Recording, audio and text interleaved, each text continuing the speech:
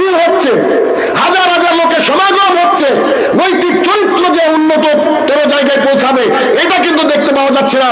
মাহফিল শেষে বড় ধরনের সিগারেট টানতে টানতে চলে যাচ্ছে মানুষ। প্যান্ডেলের তলায় বসে হাদিস শুনে থরথর করে বুকটা কাঁপবে, চোখ দিয়ে পানি বেরোবে। এই দৃশ্য আজ বাংলাদেশ নয়, গোটা বিশ্বের বুকে বিরল। এইখানে আপনাদেরকে ডাকানো হয়েছে, আপনারা এসেছেন যাতে এখান থেকে নসিহত আপনারা গ্রহণ করেন। এই জলসার মঞ্চগুলো আজকে এমন জায়গায় পরিণত হয়েছে, মনে হচ্ছে যে আপনি দেখেন ইন্টারনেটে সার্চ দিয়ে আজকে নাজিল করে দিয়েছে। কেন তোমরা কি করছো? সাহাবায়ে কেরাম তাহাজ্জুদ পড়ে পড়ে পা গুলাকে ফুলে ফেলেছে। কেন? আল্লাহর ইতাআত ঠিকঠাক করতে পারছি না। আল্লাহ সুবহানাহু ওয়া তাআলা গাফুরুর রহিম সূরা তাগাবুনের 64 নম্বর আয়াত নাজিল করে দিলেন।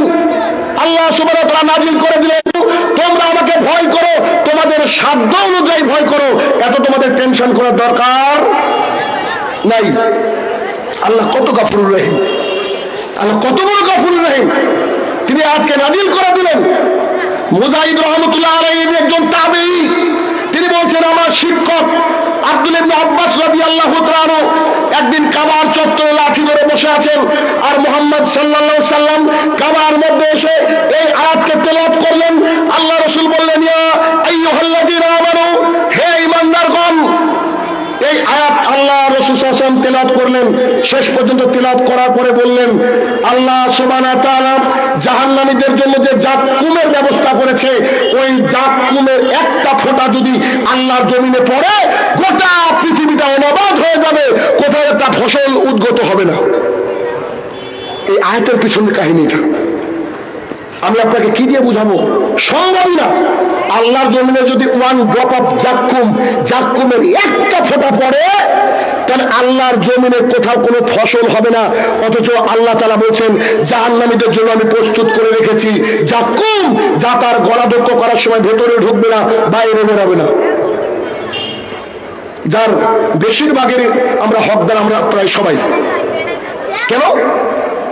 এদেশের মাটির একটা বৈশিষ্ট্য রয়েছে, এদেশের মাটিতে অনেক আবেগ রয়েছে, কিন্তু বিবেকের এই ঝোলাটা একটু ছোট্ট, একেবারে অল্প। মানুষ দিন শিখতে আসে না, দেখতে আসে কে কেমন বক্তা, একটু দেখলাম, দেখে আমরা চলে গেলাম, ব্যাস। শুনুন, ওই যে আপনার বিসিএস পরীক্ষা দিবেন, তার 10 দিন আগে নাকি প্রশ্নপত্র ফাঁস হয়ে গেছে।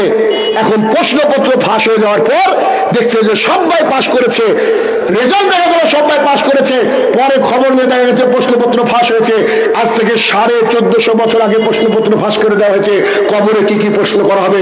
তারপরে বেশিরভাগ মানুষ আমরা বলবো হা হা লা আদরি, হাই হাই আফসোস, আমাদের কোনো কিছু করার নেই। সেদিন কি করবো আমরা? 1 নম্বর বৈশিষ্ট্য হচ্ছে, একটা যুবকের অন্যতম বৈশিষ্ট্য সে আল্লাহকে ভয় করবে। তার অন্যতম বৈশিষ্ট্য, সে যদি আল্লাহকে ভয় করে ফায়দা কি আছে?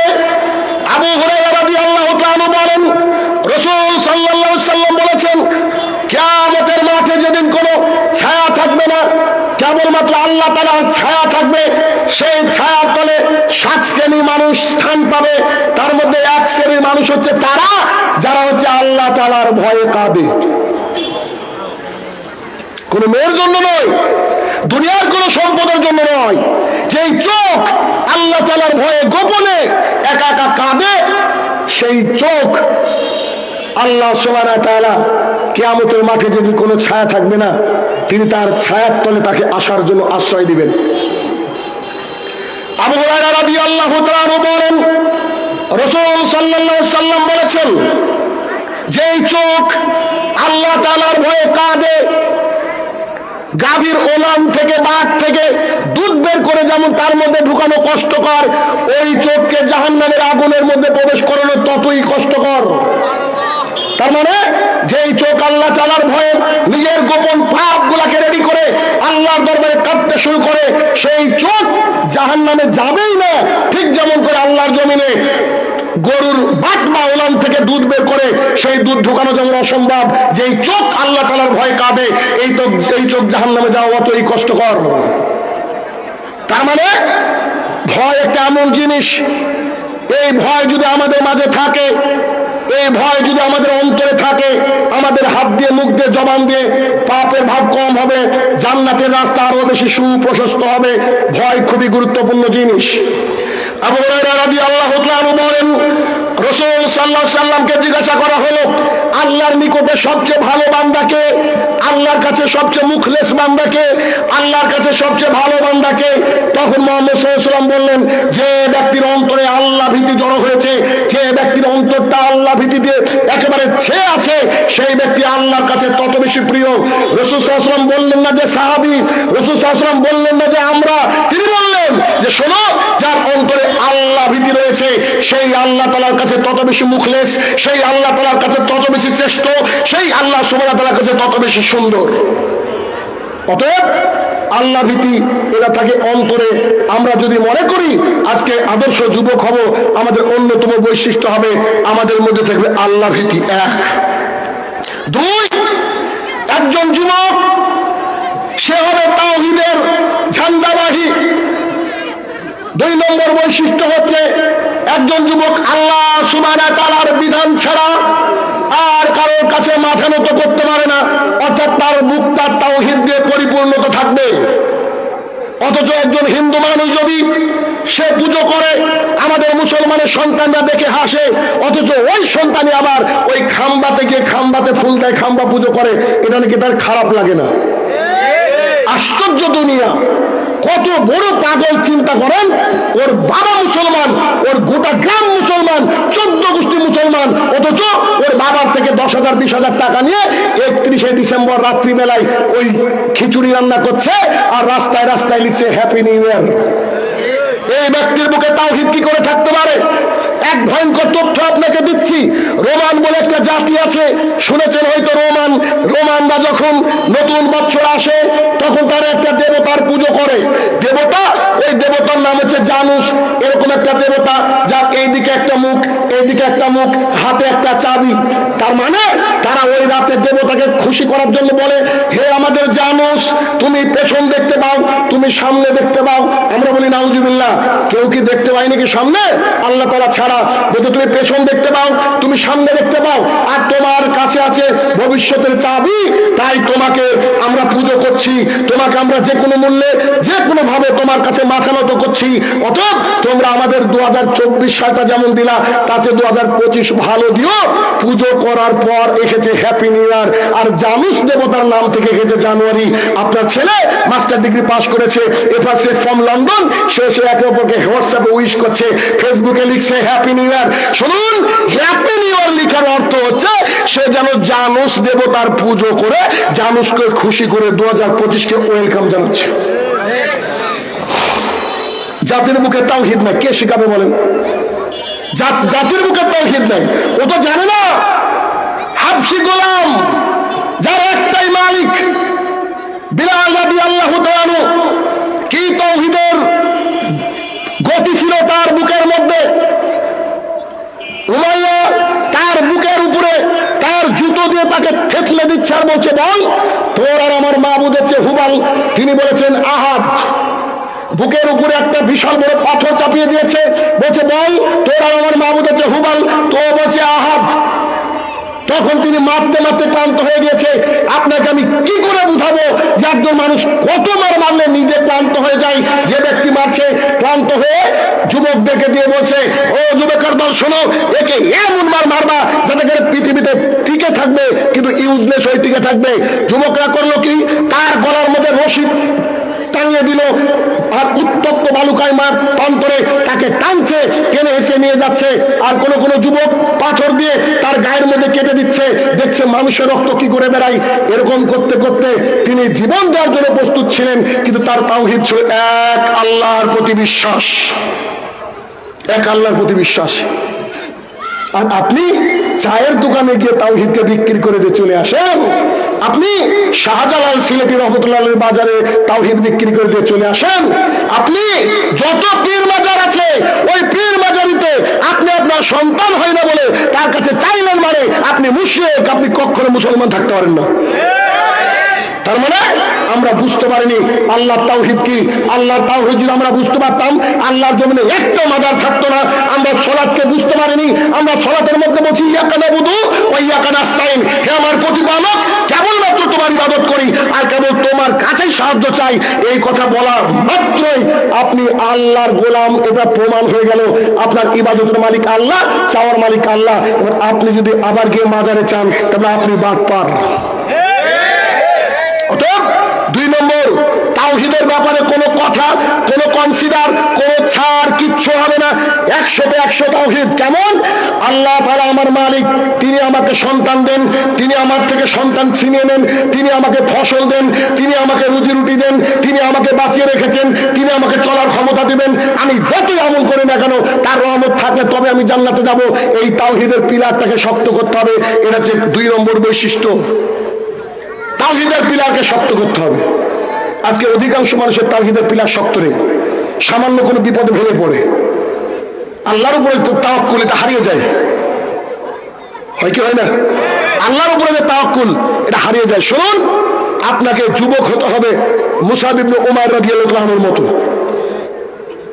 জীবন দিয়ে দেবো কিন্তু তাওহীদ বিলীন করব না। 2 নম্বর বৈশিষ্ট্য কি? তাওহীদ। সময় সংকীর্ণ, আপনাকে শর্ট করে বোঝানোর চেষ্টা করি। 2 নম্বর বৈশিষ্ট্য কি হবে? তাওহীদ বুকের মধ্যে থাকবে, একেবারে স্থির থাকবে। ওই তাওহীদ নিয়ে জাতির সামনে এগিয়ে যাবে সিংহ পুরুষ হিসাবে।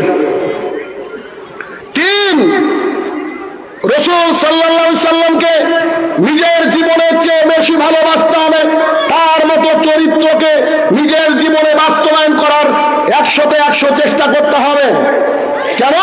শুধুমাত্র ফেসবুকে গিয়ে লিখলে হবে না আই লাভ মুহাম্মদ সাল্লাল্লাহু আলাইহি ওয়াসাল্লাম হ্যাশট্যাগ, এটা লেখা চলবে না। আরে দাড়ি চাচা লোক লিখছে যে আই লাভ মুহাম্মদ সাল্লাল্লাহু আলাইহি ওয়াসাল্লাম, তাজ্জব লাগে, তাজ্জব লাগে। বলছে মুহাম্মদ সাল্লাল্লাহু আলাইহি ওয়াসাল্লাম ভালোবাসা, তো দাড়ি নাই।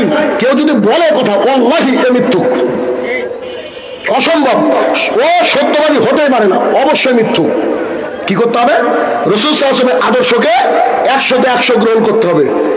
শুনেন, এখন যার কাছে যা আছে তার কাছে তার মূল্য থাকে না। কেমন? আমার বাড়ি পদ্মার পাশে, আমার বাড়িতে আমার পদ্মার পাশে দূর দূরান্ত থেকে লোক আসে ঘুরতে, আর আমি ওই পদ্মার পাশে পেশাব করি।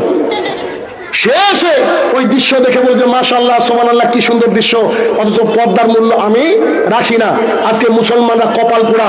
আজকে মাস্টার ডিগ্রি পাস করা মানুষ, বিসিএস ক্যাডার পর্যন্ত, তাকে জিজ্ঞাসা করেন ভারতবর্ষের কোন হিরোইনের কটা সন্তান, বিবাহ না করার পরেও কোন হিরো দেখতে কেমন, সব কিছু বলে দিবে। কোন সিনেমা কবে রিলিজ হচ্ছে, তাকে যদি বলা হয় যে তুমি 5টা বাক্য বলো মুহাম্মদ সাল্লাল্লাহু আলাইহি সাল্লামের সম্পর্কে, সে বলবে যে I have nothing to say. অথচ সে শিক্ষিত, অথচ কি, অথচ সে শিক্ষিত। আশ্চর্য লাগে। তোমার অন্তরকে সুদৃঢ় করার জন্য কয়েকটা কথা একটু খেয়াল করো। কি? Gospel of John chapter number 14 মন্ত্র নম্বর 12 থেকে 14 যীশু খ্রিস্ট নিজে বলছেন যে I have many things to send to you now, you can bear them now, when the spirit of truth shall come he will take the right path. He did not say anything upon his own sake, and he had from Allah subhanahu wa ta'ala. He will tell to the world his name will be Muhammad Rasulullah sallallahu alaihi wasallam. তার মানে খ্রিস্টান ধর্মের অবলম্বী যদি কেউ থাকে, সেই খ্রিস্টান ধর্মের অবলম্বী তার কিতাবের মধ্যে লেখা আছে। যীশু খ্রিস্ট নিজে বলছেন আমি আজকে অনেক কথা বলতে চাই, তোমরা বিশ্বাস করবে না, বিশ্বাস করো একজন সত্যের আত্মা আসবে, তার নামে মুহাম্মদ সাল্লাল্লাহু আলাইহি ওয়াসাল্লাম। তোমরা যদি স্বর্গে যেতে চাও তাহলে মুহাম্মদ সাল্লাল্লাহু আলাইহি ওয়াসাল্লামকে মেনে নাও। তোমার মুহাম্মদ সাল্লাল্লাহু আলাইহি ওয়াসাল্লাম শুধু মুসলমানের নয়, সমগ্র মানব জাতির জন্য রহমতুল্লাহ লিল আলামিন। তোমার জানতে হবে ভিতরে, ভিতর থেকে পরিষ্কার করতে হবে। মাইকেল এইচ হার্ট একজন খ্রিস্টান গবেষক এবং লেখক, তিনি সরাসরি যে ইসলামের বিরোধিতা করবে না এটা আমরা সবাই জানি, তিনি বিরোধিতা করবেন, এটাই তার ফিতরাত, এটাই তার বৈশিষ্ট্য। ইহুদি মুসলমান, ইহুদি খ্রিস্টান কখনো মুসলমানের ভাই, ওরা মিজানুর রহমান আধারই হতে পারে, আমাদের না, বুঝলেন? আমাদের ভাই হতে পারে না, মুসলমানের ভাই হতে পারে না। আল্লাহ তাআলা কোরআনে স্পষ্ট বলে দিয়েছে ওরা তোমাদের ভাই নয়, ওরা হচ্ছে প্রকাশ্য শত্রু। তিনি বলছেন পৃথিবীর বুকে আমি 100 জন মনীষীর নাম সিলেকশন করার চেষ্টা করলাম, 100 জন বিজ্ঞানীর নাম সিলেকশন করার চেষ্টা করলাম, 100 জন গাণিতিক, 100 জন ঐতিহাসিকদের নাম আমি সিলেকশন করার চেষ্টা করলাম। 1 নম্বরে যার নাম আমি দিতে বাধ্য হলাম তার নাম হচ্ছে মুহাম্মদ রাসূলুল্লাহ সাল্লাল্লাহু আলাইহি ওয়াসাল্লাম। গুগল কে চালায়? ইহুদি খ্রিস্টান। এটা আমাদের বাবার সম্পত্তি নয়। আপনি এখনই গুগলে গিয়ে লিখেন who is the most influence person in the world right now, Google আপনাকে উত্তর দিবে হিজ নেম ইজ মুহাম্মদ রাসূলুল্লাহ সাল্লাল্লাহু আলাইহি সাল্লাম। আপনাকে আমি কি দিয়ে বুঝাই মুহাম্মদ সাল্লাল্লাহু আলাইহি ওয়াসাল্লাম কি? জরুরি ভিত্তিতে প্রত্যেকের রাসূল সাল্লাল্লাহু আলাইহি ওয়াসাল্লামের জীবনী পড়া উচিত। রাসূল সাল্লাল্লাহু আলাইহি ওয়াসাল্লামের জীবনী দেখে হাজার হাজার মানুষ মুশরিকরা ইসলাম গ্রহণ করেছে, আপনার আমার দেখার সুযোগ নেই। এই জন্য যদি আমরা আর রাহিকুল মাকতুম পড়ি, ওয়াল্লাহি আমাদের অন্তরটা যে কত শক্ত হয়ে যাবে এ কথা আমি আর সারা রাত আলোচনা করলে বোঝাতে পারবো না। তিনি কত বড় মানুষ, কেন তাকে আল্লাহ সিলেকশন করেছেন, আপনাকে আমি কি দিয়ে বুঝাবো বলেন? পৃথিবীতে এখন বর্তমানে 4000-এর উপরে ধর্ম রয়েছে। যত বিখ্যাত ধর্মগ্রন্থ রয়েছে প্রত্যেকটা বিখ্যাত ধর্মগ্রন্থের নবী হচ্ছে মুহাম্মদ রাসূলুল্লাহ সাল্লাল্লাহু আলাইহি সাল্লাম। বৌদ্ধ ধর্মের অন্যতম গ্রন্থের নাম হচ্ছে দীঘানিকা। দীঘানিকায় একজন জিজ্ঞাসা করছে গৌতম বুদ্ধকে, আপনি মারা যাওয়ার পর কি আমাদেরকে কেউ সাপোর্ট দেওয়ার লোক আসবে? তো তিনি বলছে, জি, আমার পরে যে আসবে সে হবে করুণার বুদ্ধ। করুণার বুদ্ধ মানে কি? রহমতুল্লাহ আলামিন আল্লাহ রাসূল সাল্লাল্লাহু আলাইহি সাল্লাম। হিন্দুদের 18খানা পুরাণ রয়েছে, তার মধ্যে ভবিষ্য পুরাণ 3 নম্বর অধ্যায় 3 নম্বর খণ্ড 3 নম্বর অনুচ্ছেদের 4 এবং 5 নম্বর মন্ত্রে এখানে বলা হচ্ছে যে মোহাম্মদীতি খ্যাত শিষ্য শাখা সমন্বিত নিপশ্চাৎ মহাদেবা মরুস্থল নিবাসী নমো। দিন রাতে কথা বলছি, হাজার হাজার লেকচার ইউটিউবে আছে, আপনি দেখেন উল্টান আমার কথাকে। মুহাম্মদ সাল্লাল্লাহু আলাইহি ওয়াসাল্লাম তো কোরআনে আছে, এটা তার মুসলমানকে বলা লাগবে না। আপনাকে দেখাতে চাইছি চোখে আঙুল দিয়ে যে আমরা কার কথা মেনে চলি, ঠিক কার কথা মেনে চলি। এখানে কি বলা হচ্ছে? মুহাম্মাদি ইতি খ্যাত। ইতি কোথায় লিখেন? চিঠির উপরে না শেষে? পত্র লেখার সময় কোথায় লিখেন? ইতি মানে শেষ। মুহাম্মাদি ইতি খ্যাত, মুহাম্মদ নামে একজন ব্যক্তি, আমরা বলি সাল্লাল্লাহু আলাইহি ওয়াসাল্লাম, আসবে। শিষ্য শাখা সমন্বিত, তার সাথে শিষ্য থাকবে আবু বকর রাদিয়াল্লাহু তাআলা আনহু, উসমান রাদিয়াল্লাহু তাআলা আনহু, আলী রাদিয়াল্লাহু তাআলা আনহু। শিষ্য শাখা সমন্বিত নিপশ্চাৎ মহাদেব মরুস্থল নিবাসী নমো। মরুভূমির মধ্য থেকে এই ব্যক্তি উঠে আসবে, সেই মহাদেবকে আমাদের নমস্কার। তিনি আর কেউ নন, তিনি মুহাম্মদ রাসূলুল্লাহ সাল্লাল্লাহু আলাইহি সাল্লাম। আমি আপনাকে কি দিয়ে বুঝাবো? মিস্টার গান্ধীজি ভারতবর্ষের অন্যতম স্বাধীনতার পথিকৃৎ, তিনি বলছেন, I have read a lots of biography in my life. When I got Muhammad sallallahu alaihi wasallam biography in my hand, I read it thoroughly. Honestly, I tell to the world, the biography was an unique and unparalleled. Mister Gandhiji বলছেন, আমার জীবনে আমি অনেক জীবনী গ্রন্থ পড়েছি, বিশ্বাস করো এর জীবনী গ্রন্থে আসার পরে আমি একেবারে খুঁটিয়ে খুঁটিয়ে পড়ে বলছি, ও বিশ্ববাসী শুনে রাখো, ইনার মতো চরিত্র কারোর নাই, থাকবে না, আসবে না। বলেন এবার এই কথাগুলো না জানলে তো আপনাকে বোঝাতে পারবো না। এসবগুলো বলার অর্থ কি? এসবগুলো বলাতে মুহাম্মদ সাল্লাল্লাহু আলাইহি ওয়াসাল্লাম সম্পর্কে কনসেপ্টটাকে ক্লিয়ার রাখতে হবে। আমি ডিফেন্সের স্টুডেন্ট পড়াচ্ছি, আমার সামনে 600-700 স্টুডেন্ট। ডিফেন্স বুঝেন কি? পুলিশ, আর্মি, র্যাব, এগুলো তো বুঝেন। তা আমি কম্পিটিটিভ এক্সাম পড়াই, আমার সামনে এতগুলো ছাত্র বসে আছে, আমি মাইক নিয়ে পড়াচ্ছি। তা আমার এক ছাত্র বলছে, স্যার আপনার পড়ানো আমাদের ভালো লাগে, তা আপনাকে দেখি যেদিন আসেন আপনার প্যান্ট সাইজে ছোট কেনে। 80-90% হিন্দু আমার দেশে, আমার স্টুডেন্ট। তা আমাকে বলছে যে আপনার প্যান্ট কেন কি ছোট, টাকনুর উপরে বলছে না, কি বলছে? ছোট। তা আমি বলছি আমার টিচার আমাকে বলেছে তার দিকে তাকাবে না, তাকে মুক্ত করবে না, ওই অংশটুকু জাহান্নামে যাবে। আমি শাহিনুর রহমান খুব দুর্বল মানুষ, আমি জাহান্নামে যেতে চাই না, তাই আমার প্যান্টকে কেটে টাকনুর উপরে করে নিয়েছি। পরের দিন দেখছি অনেকগুলা হিন্দু প্যান্ট উপরে পড়েছে। এটা হচ্ছে মুহাম্মদ সাল্লাল্লাহু আলাইহি ওয়াসাল্লামের শিক্ষা। 3 নম্বর পয়েন্ট, রাসূল সাল্লাল্লাহু আলাইহি ওয়াসাল্লামের চরিত্রকে জানতে হবে, নিজের জীবনে অ্যাপ্লাই করতে হবে। আল ইকরাম ফাউন্ডেশনের একটা যুবক যেন আগামী বছর না থাকে যার দাড়ি নাই। ও শুধু ঠিক ওখানে, আর আপনাদের বাদ, বুঝেননি? জান্নাতে থাকবো তো সবাই একসাথে থাকবো ইনশাআল্লাহ, কি বলেন?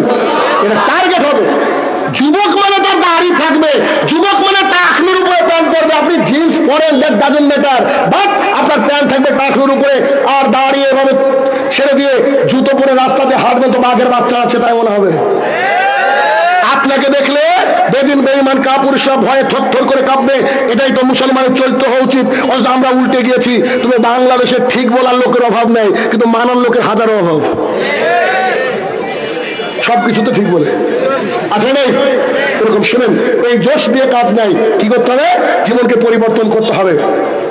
4 নম্বর বল, আদর্শ যুবকের 4 নম্বর বৈশিষ্ট্য, সে দৈনিক 5 ওয়াক্ত সালাত আদায় করবে।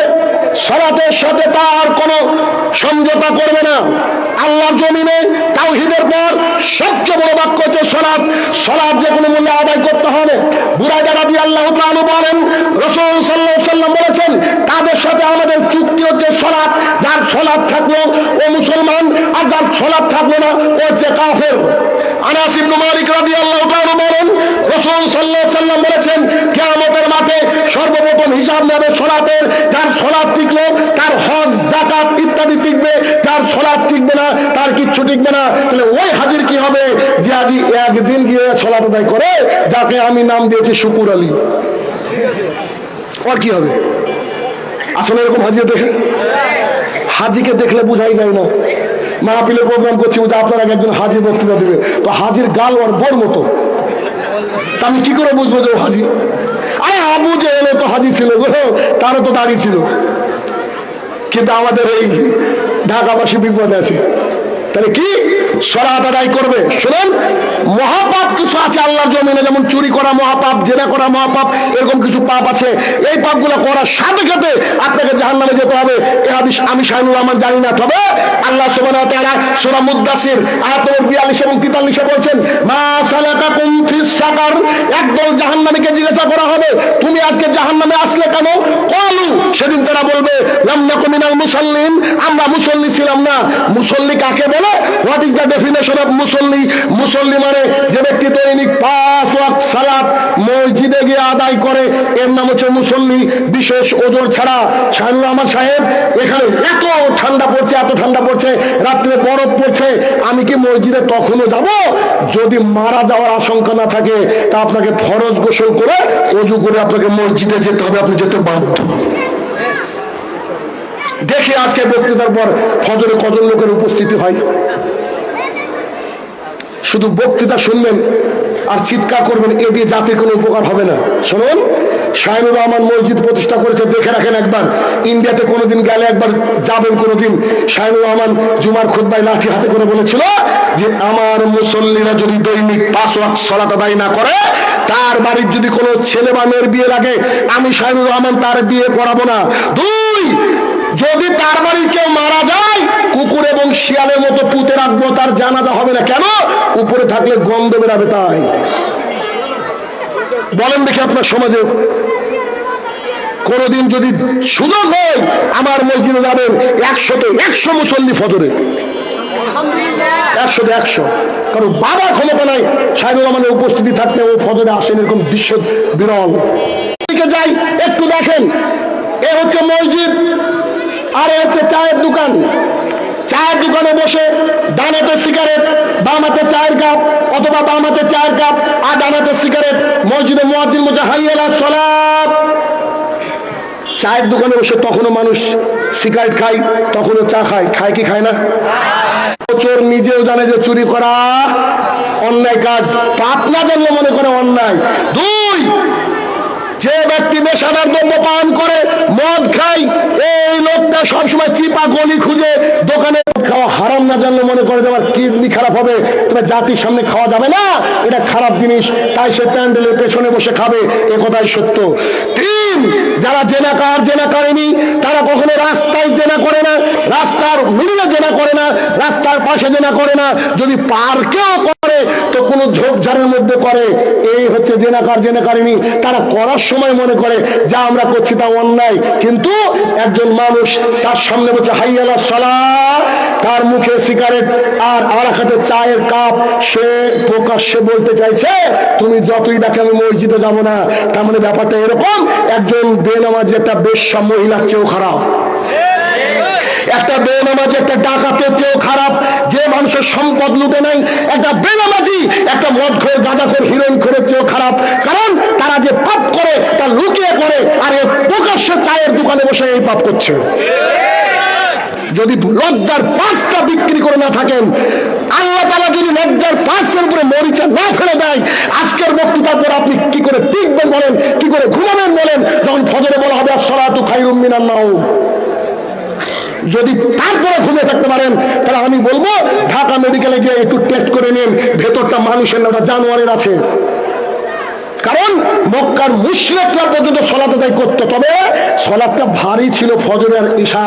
আর এই শুকুর আলী হয়েছে মসজিদের ক্যাশিয়ার, ইদু মিয়া হয়েছে সভাপতি, একদিন যায় হিসাব নিতে, তার জন্য নাকি আবার এক্সট্রা রাখা থাকে, কি মুসাল্লা রাখা থাকে। জাতি কোথায় গিয়েছে একবার কল্পনা করতে পেরেছেন? অসম্ভব। একজন যুবকের বৈশিষ্ট্য, যারা তো ইকরাম ফাউন্ডেশন আছে আছে, আর যারা আমার সামনে শুনছেন, যারা সোশ্যাল মিডিয়ায় শুনছেন, কান খুলে শুনে রাখেন, আল্লাহর জমিনে যাই করেন না কেন, আপনার বাবাকে আপনি ভেলুরে নিয়ে যাবেন, প্রথমে তো পাসপোর্ট লাগবে নাকি? আর পাসপোর্ট করতে গেলে লাগবে এনআইডি কার্ড। সলাৎ হচ্ছে এনআইডি কার্ড। ইন্ডিয়াতে বলি আধার কার্ড, বাংলাতে বলছি এনআইডি কার্ড। সলাৎ যদি না থাকে তাহলে পাসপোর্ট হবে না, পাসপোর্ট না থাকলে ভিসা হবে না, ভিসা যদি না থাকে হজও হবে না, চিকিৎসা হবে না। তাহলে এখন সলাৎ নাই। আর ইকরাম ফাউন্ডেশনের ছেলেরা খুব ভালো কাজ করে, তাদেরকে কি দিয়েছে? কয়েক কোটি টাকা দিয়েছে মানুষকে সাহায্য করার জন্য। এক পয়সার নাকি আল্লাহ কিয়ামতের মাঠে তাকে দিবে না। কেন? ও মুসলমানই না। যে ব্যক্তি সলাৎ আদায় করে না, এ ব্যক্তি বলেন বলেন বলেন মুসলমান না, মুসলমান নয়। সাহাবীদের ঐক্যমত। চারজন ইমাম ছিলেন, তার মধ্যে একজন ইমাম আবু হানিফা রাহমাতুল্লাহ খুব শিথিলতা মানুষ, তিনজন বলেছে যে সালাত আদায় করে না, ওর বেঁচে থাকার অধিকার নেই। আর আবু হানিফা রাহমাতুল্লাহ বলেছে, শোনো, তুমি তোমার সন্তানকে জেলখানায় ঢুকিয়ে দাও, কতদিন মারো, যতদিন বলছে আব্বু আব্বু আব্বু আমি মসজিদে যাব, আমি সালাত আদায় করবো, ওকে ছেড়ে দাও, নাহলে মারতে মারতে মেরে ফেলো। You have no permission to live in this earth. আপনার কোনো ক্ষমতা নেই, পারমিশন নাই যে আপনি আল্লাহর জমিনে থাকবেন অথচ সালাত আদায় করবেন না। তাহলে আপনি আজকে থেকে আপনার নাম লিখবেন চণ্ডী দাস, দ্যাটস ওকে। আপনি মুসলমান নয়, আপনার নাম আব্দুর রহমান, অসম্ভব, এটা হতে পারে না। তাহলে কি 4 নম্বর বৈশিষ্ট্য, আদর্শ যুবকের সালাত আদায় করেছেন মুহাম্মদ সাল্লাল্লাহু আলাইহি সাল্লাম। আবু হুরায়রা রাদিয়াল্লাহু তাআলা قال قال رسول الله সাল্লাল্লাহু আলাইহি সাল্লাম, আবু হুরায়রা রাদিয়াল্লাহু তাআলা বলেন, রাসূল সাল্লাল্লাহু আলাইহি সাল্লাম বলেছেন, লা ইয়াদখুলুল জান্নাতা জাসাদা, ওই দেহ জান্নাতে যাবে না, গুদিয়া বিল হারাম, যে দেহ হারাম খেয়ে গড়ে উঠেছে। জনাব, হারাম খেয়ে গড়ে উঠেছে মানে কি? আশাবরাকে চাকরি করলেন, আজিজ কোম্পানিতে চাকরি করলেন, ওখানেও চাকরি করা হারাম। কি দিয়ে বুঝাবো? মুর্শিদাবাদের এক জায়গায় প্রোগ্রাম করছি, পানবিড়ি জর্দা গুল শিকার চলছে চলছে চলছে, এগুলো হারাম, এগুলো হারাম। একটা কারণ এতাত করবে, তখন এদেশের দিন প্রতিষ্ঠা হবে না। শাহিনুর রহমানকে ইকরাম ফাউন্ডেশন ডেকেছে, শাহিনুর রহমান আসবে। আকিদ যদি ডাকে শাহিনুর রহমান যাবে না। আপনাকে আমি কি দিয়ে বুঝাই? সমাজদার কেলে ইশারা কাফি। আপনি এখন বুঝেন হারাম করদের সাথে কোনো আমাদের সম্পর্ক নাই। এখন কেউ কথা বলছে না, কথা কঠিন কথা হচ্ছে তো, বললে ওটা ফেসে যাবে, এরকম ভাবতে। শোনেন, জিনা है तो शेर के तरह जियो, कुत्ते के तरह मत जियो। যা হারাম কিয়ামত পর্যন্ত হারাম। হারামের সাথে কোনো আতায় করা যাবে না, সহবস্থান করা যাবে না, হারাম তো হারাম। দোকানের উপরে আপনার ওই মুদিখানার দোকান বলেন বোধহয় আপনারা, মুদিখানার দোকানে পান বিড়ি জর্দা গুল সিগারেট রাখা যাবে না। কেন? এক ঠাকুর মশাই পুজোর প্যান্ডেলে গিয়ে বেলপাতা হাতে নিয়েছে, আর এদিকে ওই যে এই একটা ঘন্টা থাকে না, ঘন্টা বাজাচ্ছে বেলপাতা দিয়ে, ওই যে বেলপাতা, আর ওই যে ওদের আবার গঙ্গা যমুনার জল থাকে না, ওই জল নিয়ে এরকম করে মন্ত্র পাঠ করছে। ঠাকুর মশাই বলছেন, একাম্বম মামদিউতা নাস্তি নাস্তি নিয়ে কাঞ্চন অন্ধকারমা ভবিষ্যন্তি অসম্ভতি উপাস্তে। ঠাকুরকে জিজ্ঞাসা করালো, ঠাকুর সাহেব এটার মানে কি? তো বেশিরভাগ ঠাকুরই মানে বুঝে না। শুধু ওদের না, আমাদের ঠাকুররাও হাসি লাভ নাই, আমাদের ঠাকুররাও। তো ঠাকুর মশাইকে যখন মানে জিজ্ঞাসা করা হলো, ঠাকুর মশাই বলছে মানে জানি না। তো আমি বললাম, তাহলে আমি একটু বলি। আরে আপনি মানে বলবেন? জি, একটু মানে দেখেন। অন্ধকারমা ভবিষ্যন্তি, ওই সব লোক আরো বেশি অন্ধকারের দিকে যাচ্ছে। অসম্ভূতি, যারা নিজে হাতে বানায়। উপাস্তে, তারপরে পুজো করে। মনে বুঝাতে পারছি না? যেই সব লোক নিজে হাতে ঠাকুর বানিয়ে পুজো করে ওইসব লোক আরো বেশি অন্ধকারের দিকে যায়। তো এটা কি করছে? এরপরে বলছে দেখেন, এক কাম বোম্বা একজন দেউতা নাচতে, দ্বিতীয় নাই নিহিনি কিঞ্চন একটুকু নাই। তো 17 জন কি করছে? হাসির কথা কিনা? ঠিক এবার আমাদের ঠাকুর দেখেন, আল্লাহু আকবার সূরা ফাতিহা পাঠ করেছে সুন্দর করে। এরপরে বলছে ইয়া আইয়ুহাল্লাযীনা আমানু ইন্নামাল খামরু ওয়াল মাইসিরু ওয়াল আনসাবু ওয়াল আজলামু, সুন্দর করে কিরাত করে বক্তৃতা শেষ করেছে, সরি এই শেষ করেছে, সালাত শেষ করেছে। বাইরে এসে বলছে কই গো একটা হাকিমপুরি দিয়ে মারো তো। ও ঠাকুর যেমন ধর্ম বুঝে না, আপনার ঠাকুরও ধর্ম বুঝে না। আপনি চাইলে আমি 50টা হাদিস হুবহু আপনাকে একদম এভাবে দিয়ে দিতে পারবো, পানবিড়ি জর্দা গুল সিগারেট সব হারাম। পৃথিবীর কোন মায়ের বেটা যদি এটা বলে যে না না মা করু, ওকে নিয়ে আসেন হাদিস দিয়ে এখানে কবর দেবো। এখানে এত হাদিস আছে, ওয়াল্লাহি আল্লাহর কসম করে বলছি এত হাদিস আছে। আরে হাদিস তো আছে আছে, ওয়ার্ল্ড হেলথ অর্গানাইজেশন বিশ্ব স্বাস্থ্য সংস্থা বলছে প্রতি বছর 37 লাখ মানুষ মারা যায় খালি তামাক সেবনের কারণে। ওরাই তো বলছে চলবেন। সিগারেটের গায়ে লেখা থাকে না statutory warning, cigarette smoking injurious to health, সংবিধিবদ্ধ সতর্কীকরণ, সিগারেট খাওয়া স্বাস্থ্যের পক্ষে ক্ষতিকর। এখন এটা আগে লিখতো, এখন কি লিখে? টোবাকো কজেস ক্যান্সার, এখন বলছে টোবাকো কিংস খার মর। লিখছে কি লিখছে না? দেখছে মানুষ, তাও মূর্খ, একটা ভয়ঙ্কর ছবি দিয়ে দিচ্ছে থ্রোট ক্যান্সারের গলার, যাতে করে ওই কাজ যদি ভালো করে দেখেন 3 দিন ভাত ঢুকবে না। তাহলে কি যুবকের বৈশিষ্ট্য? দুনিয়ার বুকে লড়াই করবে, দুনিয়ার বুকে লড়াই করবে ইনকামের জন্য, কিন্তু হারাম ইনকাম করবে না। 5 নম্বর বৈশিষ্ট্য। 6 নম্বর বৈশিষ্ট্য, সে তার আন্ডারে যতজন মহিলা থাকবে তাদেরকে পূর্ণাঙ্গ পর্দার মধ্যে রাখবে। এরা পুরুষের দায়িত্ব। কি কি কি কেন দায়িত্ব? কিসের জন্য এত দায়িত্ব আসলো একটু দেখেন। আর আব্দুল্লাহ ইবনে মাসউদ রাদিয়াল্লাহু তাআলা قال رسول الله صلى الله عليه وسلم, আব্দুল্লাহ ইবনে মাসউদ রাদিয়াল্লাহু তাআলা বলেন রাসূল সাল্লাল্লাহু আলাইহি ওয়াসাল্লাম বলেছেন সালাতাতুল কাদ হারামা রাহিমিন জান্নাহ, 3 শ্রেণী মানুষের জন্য জান্নাত হারাম। 1, মুদমিনুল খামরিন, নিয়মিত যারা নেশাদার দ্রব্য পান করে তারা জান্নাতে যাবে না। তাহলে দাড়িওয়ালা লোকের কি হবে একটু পরে যারা সিগারেট খাবে? আমি বলছি না, বলছি মুহাম্মদ সাল্লাল্লাহু আলাইহি সাল্লাম। 2, রাজুলাতুন মিন নিসাই, পুরুষের বেশধারী নারী জান্নাতে যাবে না। যে নারী জিন্সের প্যান্ট পরে, যে নারী ছেলেদের মতো সাজে, যে নারী ছেলেদের মতো পোশাক পরে, তারা জান্নাতে যাবে না। 1450 বছর আগের ঘোষণা। 3, আর দায়ুস লাদখুলুল জান্নাহ, দায়ুস জান্নাতে যাবে না। সাহাবায়ে কেরাম বলছেন আল্লাহর রাসূল দায়ুস একটা নতুন শব্দ, আমরা বুঝতে পারলাম না দায়ুস কাকে বলে। তখন মুহাম্মদ সাল্লাল্লাহু আলাইহি ওয়াসাল্লাম বলছেন আল্লাহ জিকরুফি আলাল খাবাস, যার বাড়ির মহিলারা বেপরদা, যার বাড়ির মহিলারা দিন রাত টিভি সিরিয়াল ইত্যাদি দেখতে ব্যস্ত, এরা হচ্ছে দায়ুস। এরা যদি মক্কা মদিনায় সারা জীবনও থাকে আর তার মেয়ে যদি জিন্সের প্যান্ট পরে জাহাঙ্গীর ইউনিভার্সিটিতে পড়ে, তাও ওর বাপ জাহান্নামী। মুহাম্মদ সাল্লাল্লাহু আলাইহি ওয়াসাল্লাম বলছেন, এই হাদিস সবাই জানেন, কুল্লুকুম রাইন, প্রত্যেকে রাখাল, আর প্রত্যেকের আন্ডারে যারা আছে তাদের ব্যাপারে আল্লাহর কাছে হিসাব দিতে করতে হবে। আশ্চর্য লাগে, বলছে যে 95% তাওহীদি জনতা এই দেশে, বুঝেননি তো? 95% তাওহীদি জনতা, তোমার বাড়িতে সালাত নাই, তোমার 3.5 বাড়িতে ইসলাম নাই। আমার সমীক্ষা আমি দেখছি সবচেয়ে দাড়ি চাচা লোক টুপি পরে বাংলাদেশে বেশি, আর দাড়িওয়ালা লোক সিগারেট খায় বাংলাদেশে বেশি। আমি গবেষণা করে দেখছি, গোটা বাংলাদেশ ঘুরতে গিয়ে আমি এটাই পেয়েছি। সবচেয়ে দেখবেন বেশি দাড়ি চাচা লোক টুপি পরে দেশে বেশি, আর দাড়িওয়ালা লোক কি করে? সিগারেট খায় বেশি। বলেন জাতিকে শুধরাবেন কি দিয়ে? সে রাস্তায় তো মুশকিল। তাহলে কি হারাম ইনকাম করবে না। হারাম ইনকাম করবে না কেন? ইবাদত কবুলের যে 6টা শর্ত রয়েছে তার মধ্যে একটা অন্যতম শর্ত হচ্ছে কি? হালাল রুজি। কোন ব্যক্তি যদি হালাল রুজি না খেয়ে মারা যায় তো সে ব্যক্তির ইবাদত কবুল হবে না। আল্লাহ সুবহানাহু ওয়া তাআলা বলছেন, ইয়া আইয়ুহান নাস কুলু মিম্মা ফিল আরদি হালালান তাইয়্যিবা ওয়া লা তাত্তাবিউ খুতুওয়াতিশ শায়তান। এই দুনিয়াবাসী শোনো, তোমাদের জন্য আমি আল্লাহ তাআলা রুজির ব্যবস্থা করেছি, তার থেকে তুমি হালাল হালাল বেছে বেছে খাও, হারামকে অ্যাসাইড করো। হারাম থেকে উঠে আসতে হবে। তার জন্য বলি, একজন মানুষ বলছে মেয়ে তো বড় হলো, একটা পাত্র দেখবো, ভালো পাত্র। ভালো পাত্র কোথায় পাবো বলেন তো? আমি শাহিনুর রহমান বললাম, ভালো পাত্র খুঁজতে হলে ফজরের মসজিদে যেতে হবে। ভালো পাত্র যাবে কোথায়? ফজরের মসজিদে। না তো কি, ওই যে আশাবেরা কে চাকরি করে, 1 লাখ টাকা বেতন, আমার যেমন সুদ খোর, এটা ব্যাকেটে। ঘুষ দিয়ে চাকরি করে, এটা ব্যাকেটে।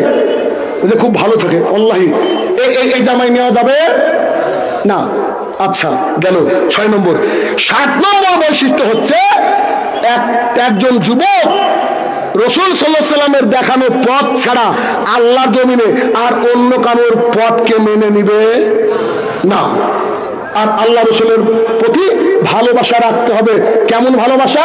যেমন করে সাহাবায়ে কেরামের ছিল। মুআয ইবনে জাবাল রাদিয়াল্লাহু তাআলা আনহু বলেন, আমাকে যখন রাসূল সাল্লাল্লাহু আলাইহি ওয়াসাল্লাম ইয়ামিন দেশে পাঠাচ্ছিলেন, আমি বাহনের উপরে ছিলাম, তিনি নিচে ছিলেন। তিনি আমাকে নসিহত করতে করতে আসলেন। এমন অবস্থা বলছে মুআয, জি আল্লাহ রাসূল বলেন, সম্ভবত পরের বার তোমার সাথে আমার দেখা হবে না।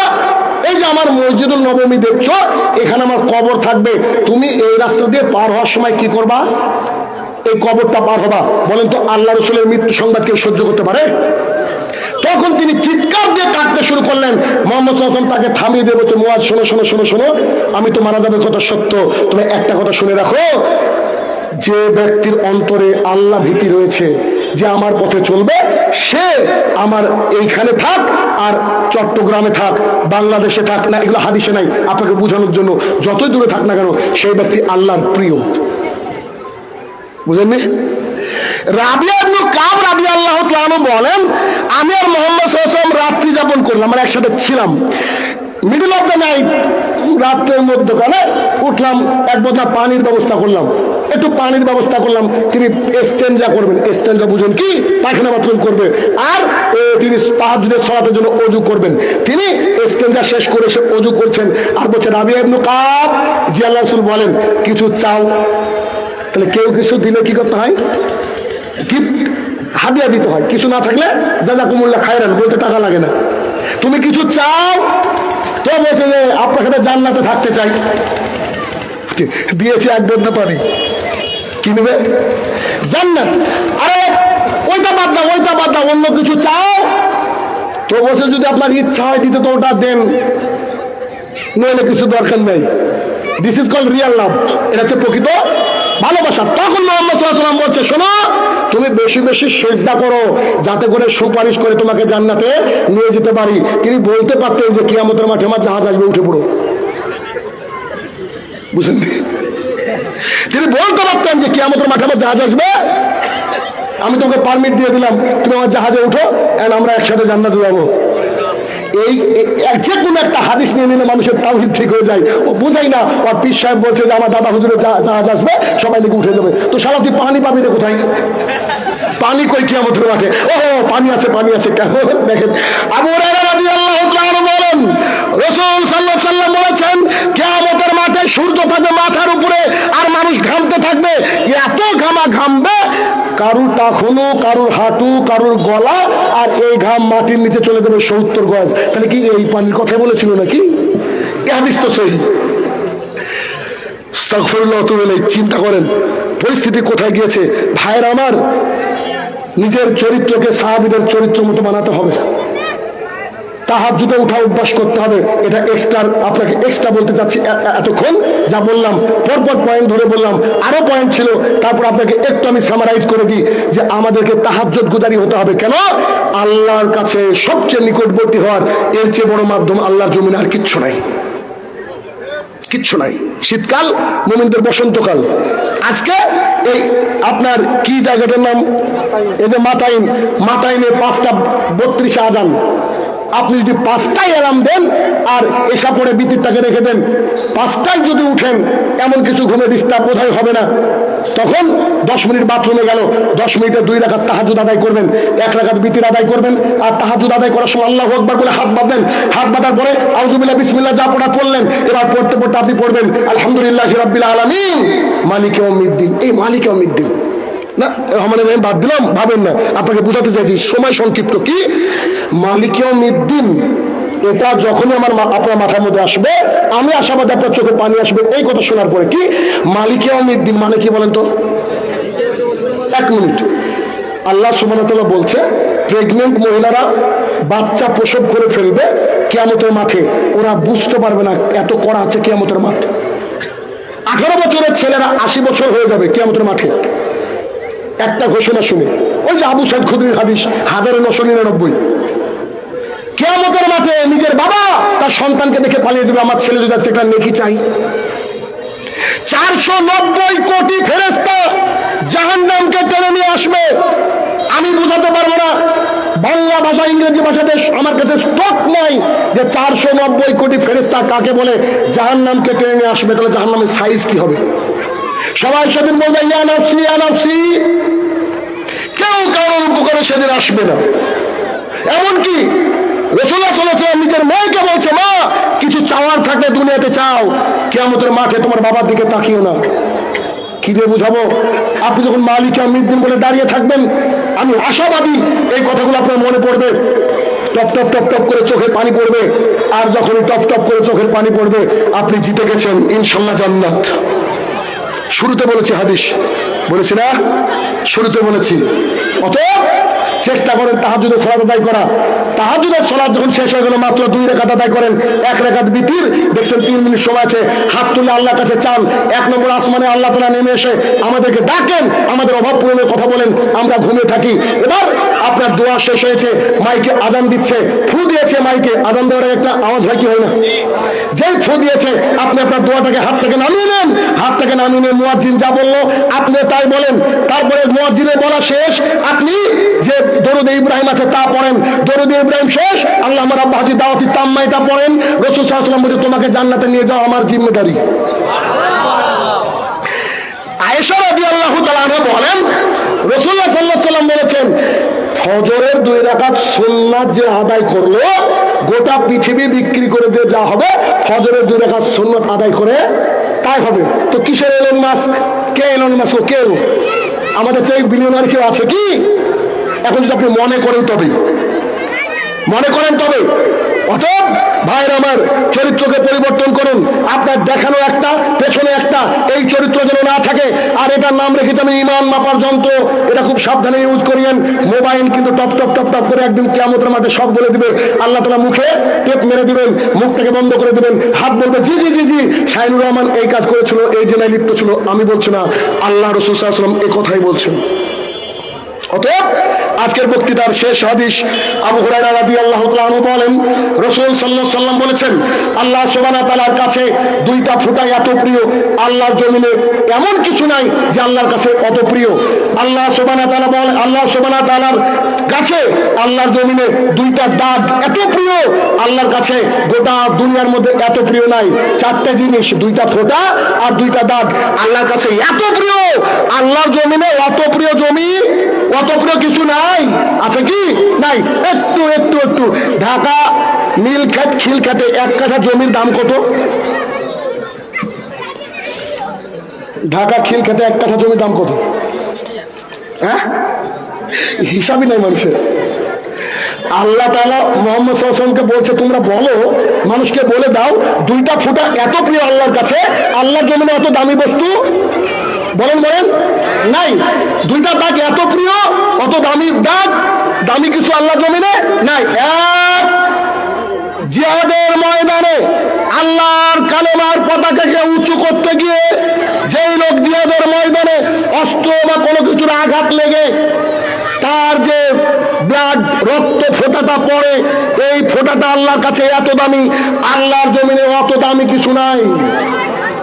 2, আল্লাহ তাআলার ভয়ে যেই যায় এই পানির ফোঁটা আল্লাহর কাছে এত প্রিয়, আল্লাহর জমিনে এত কিছু আল্লাহর কাছে প্রিয় নাই।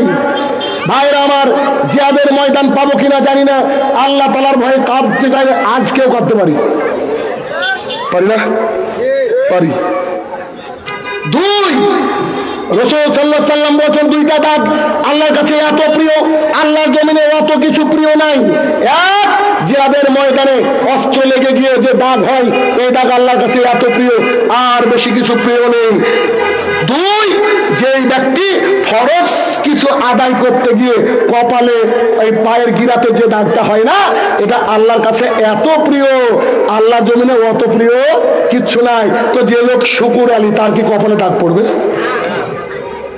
যে 5 ওয়াক্ত সালাত আদায় করে আর তাহাজ্জুদের সালাত আদায় করে দিন রাত আল্লাহর ইবাদত করে, আল্লাহকে সিজদা করে, আল্লাহর কথা মেনে সিজদা করে, সেই ব্যক্তির এই দাগগুলো হবে। এই দাগ এত প্রিয় আল্লাহর কাছে, আল্লাহর জমিনে অত প্রিয় কিছু নাই। হে আমার প্রতিপালক, যে ভাইরা আয়োজন করেছে, খুব কড়া করে কথাগুলো বললাম, কলিজার টুকরা ভাইরা, তাদেরকে উদ্দেশ্য করে আপনাদের সবাইকে বললাম এজন্য যেন একসাথে জান্নাতে থাকতে পারি। আল্লাহ তুমি সেই সুব্যবস্থা করে দেবো, আল্লাহুম্মা আমিন। হে আমার প্রতিপালক, কবরের তলে যারা শায়িত জানি না কি হালে রয়েছে, তারা যদি ক্ষমার যোগ্য হয় মাবুদ, তাদেরকে তুমি ক্ষমা দান করো, আল্লাহুম্মা আমিন। হে আমার প্রতিপালক, ফিলিস্তিনের বুকে যাদের তুমি বুককলকে খালি করে নিয়েছো, তোমার বিশেষ রহমত দিয়ে তাদের বুককলকে পরিপূর্ণতা দান করো, আল্লাহুম্মা আমিন। হে আমার প্রতিপালক, গোটা বিশ্ব জুড়ে কোনায় কোনায় মুসলমানরা আজকে সেপারেশনের কারণে মার খাচ্ছে, আমরা যেন সবাই তাওহীদের ভিত্তিতে একতাবদ্ধ হতে পারি, আল্লাহ তুমি সেই তৌফিক আদা করো, আল্লাহুম্মা আমিন। হে আমার প্রতিপালক, আমাদের এই দিনের খেদমতকে তুমি কবুল করে নাও, আল্লাহুম্মা আমিন। হে আমার প্রতিপালক, আমাদের যে ভাইরা পেছনে বসে আছে বা এই গ্রুপের সবাই জানে, আজকের পর থেকে যতদিন বাঁচিয়ে রাখবা 5 ওয়াক্ত সালাত মসজিদে গিয়ে আদায় করতে পারে, আল্লাহ তুমি সেই তৌফিক আদা করো, আল্লাহুম্মা আমিন। আসসালামু আলাইকুম ওয়া রাহমাতুল্লাহি ওয়া বারাকাতুহু।